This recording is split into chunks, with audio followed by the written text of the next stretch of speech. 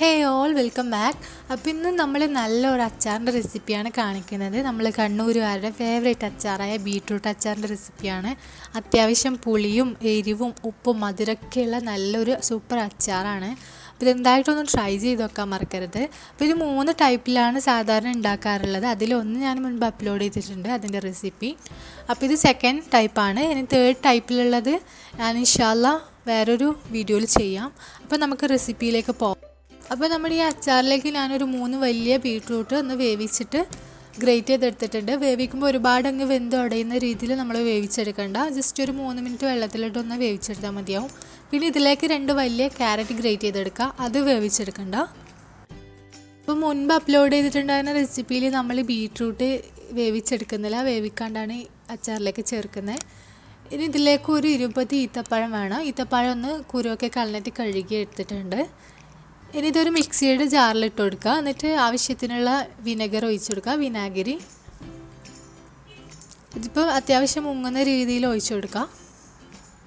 എന്നിട്ട് ഇത് ഒരുപാട് അരയണമെന്നില്ല, ഒരുപാട് അരഞ്ഞാൽ അത്രയും നല്ലത്. പിന്നെ അരഞ്ഞിട്ടില്ലെങ്കിലും കുഴപ്പമൊന്നുമില്ല. നമ്മൾ അച്ചാർ ഉണ്ടാക്കുമ്പോൾ അതിൽ മിക്സ് ആയിക്കോളും. ഈത്തപ്പഴം പെട്ടെന്ന് തന്നെ മിക്സ് ആയിക്കോളും.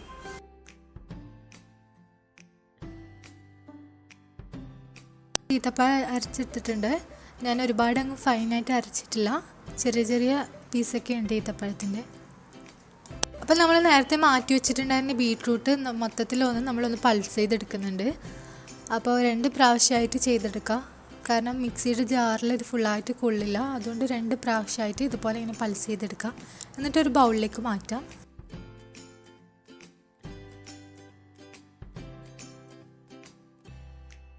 ബീട്രൂട്ട് ഒരുപാട് അങ്ങ് പേസ്റ്റ് ആക്കി എടുക്കണ്ട.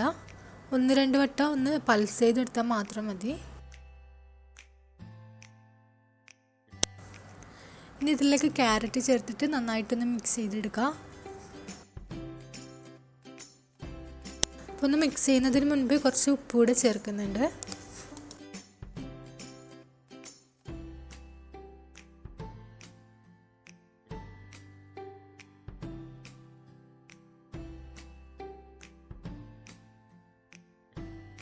അപ്പോൾ ഞാൻ ഈ ഒരു അച്ചാറിലേക്ക് പിക്കിൾ പൗഡർ അല്ല യൂസ് ചെയ്യുന്നത്. അതിന് പകരമായിട്ട് മുളക് പൊടി ഒന്ന് വെള്ളത്തിൽ മിക്സ് ചെയ്തിട്ടാണ് ചേർത്ത് കൊടുക്കുന്നത്. അപ്പോൾ അതിന് വേണ്ടിയിട്ട് ഒരു 2 ടീസ്പൂൺ പ്ലസ് ഒരു 1/4 ടീസ്പൂൺ കാശ്മീരി ചില്ലിയാണ് എടുത്തിട്ടുള്ളത്. ഞങ്ങളെപ്പോഴും വീട്ടിൽ കാശ്മീരി ചില്ലിയാണ് യൂസ് ചെയ്യുന്നത്. എരിവൊന്നും ഇല്ലാത്ത മുളകാണല്ലോ, അപ്പോൾ അതാണ് എടുത്തിട്ടുള്ളത്.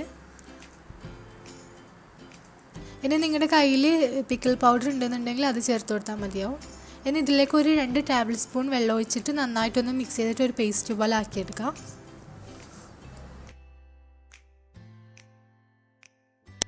അപ്പോൾ ഇനി നമുക്ക് അച്ചാർ ഉണ്ടാക്കാൻ തുടങ്ങാം. അതിന് വേണ്ടിയിട്ട് ഞാനൊരു വലിയ ഫ്രൈ പാനാണ് എടുത്തിട്ടുള്ളത്.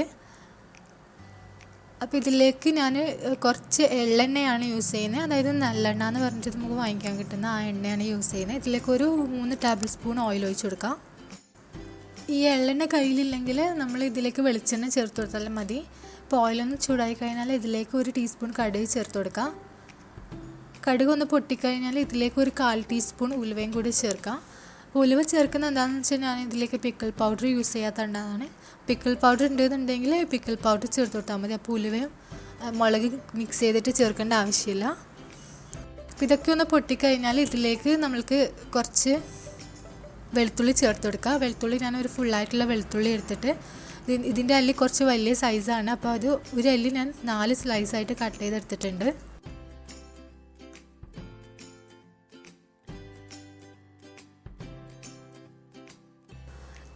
ഇനി ഇതിലേക്ക് കുറച്ച് ഇഞ്ചി കൂടെ ചേർത്ത് കൊടുക്കാം. ഇഞ്ചി എടുക്കുമ്പോൾ ഒരുപാടൊന്നും വേണ്ട, ചെറിയൊരു പീസ് ഇഞ്ചി ഇതുപോലെ നീളത്തിൽ കട്ട് ചെയ്തിട്ട് ചേർത്ത് കൊടുത്താൽ മതി.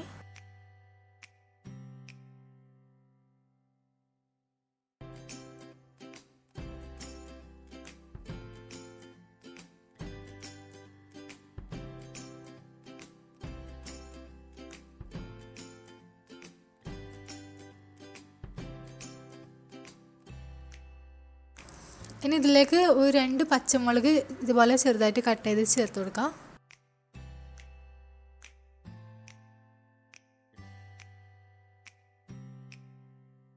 അപ്പോൾ ഇഞ്ചിയും പച്ചമുളകും വെളുത്തുള്ളിയൊക്കെ കുക്കായി കഴിഞ്ഞാൽ ഇനി ഇതിലേക്ക് നമ്മൾ നേരത്തെ മിക്സ് ചെയ്ത് വെച്ചിട്ടുള്ള മുളക് ചേർത്ത് കൊടുക്കുക.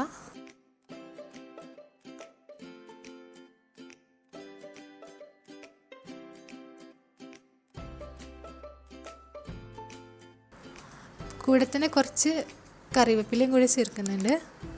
പിന്നെ ഇത് ഒരുപാട് സമയം നമ്മൾ അങ്ങ് വഴറ്റിയെടുക്കണ്ട, കുറച്ച് സമയം വഴറ്റി. ഇതിലേക്ക് ഞാൻ ഒരു 1/2 ടീസ്പൂൺ കായപ്പൊടി ചേർക്കുന്നുണ്ട്.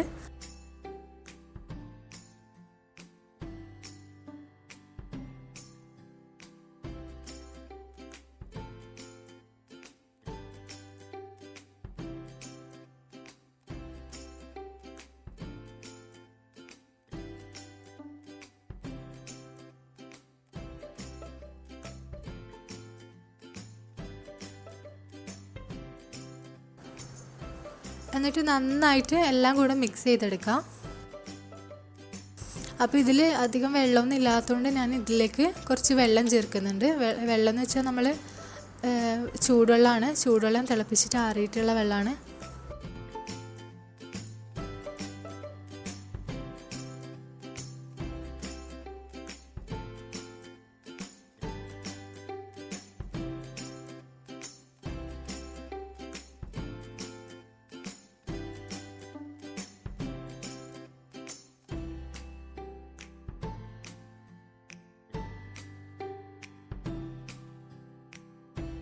അതിനുശേഷം ഇതിൽ നിന്ന് കുറച്ച് ബീട്രൂട്ട് ക്യാരറ്റൊക്കെ എടുത്തിട്ട് നമ്മളൊന്ന് മിക്സിയിലിട്ടിട്ടൊന്ന് അരച്ചെടുക്കുന്നുണ്ട്. അപ്പോൾ നല്ലൊരു തിക്കായിട്ടുള്ള ഗ്രേവി കിട്ടുകയും ചെയ്യും. അതിന് വേണ്ടിയിട്ടാണ്.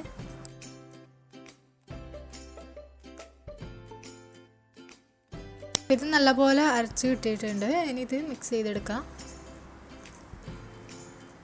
നല്ല തിക്കായിട്ടുള്ള ഒരു ഗ്രേവി കിട്ടും. അപ്പോൾ ഞാൻ ടേസ്റ്റ് ചെയ്തപ്പോൾ കുറച്ച് ഉപ്പിൻ്റെ കുറവുണ്ട്. അപ്പോൾ കുറച്ച് ഉപ്പ് ചേർത്ത് കൊടുക്കുന്നുണ്ട്.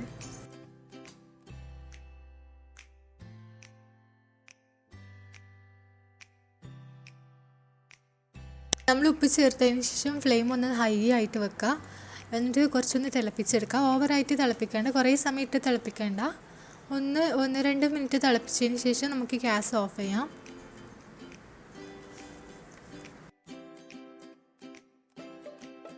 ഞാനിപ്പോൾ ഗ്യാസ് ഓഫ് ചെയ്തിട്ടാണുള്ളത്. ഇനി ഇതിലേക്ക് ഒരു 2 ടീസ്പൂൺ പഞ്ചസാര ചേർത്ത് കൊടുക്കുന്നുണ്ട്. ഇത് ഓപ്ഷണലാണ്. കുറച്ച് മധുരം വേണമെങ്കിൽ മാത്രം ചേർത്ത് കൊടുത്താൽ മതി, ഇല്ലെങ്കിൽ ചേർത്ത് കൊടുക്കേണ്ട. എന്നിട്ട് നല്ലപോലെ മിക്സ് ചെയ്തെടുക്കാം. ഇതിപ്പോൾ അച്ചാറിൻ്റെ ചൂടൊക്കെ മാറിയിട്ടുണ്ട്. ഇനി ഇതൊരു ജാറിലേക്ക് മാറ്റാം.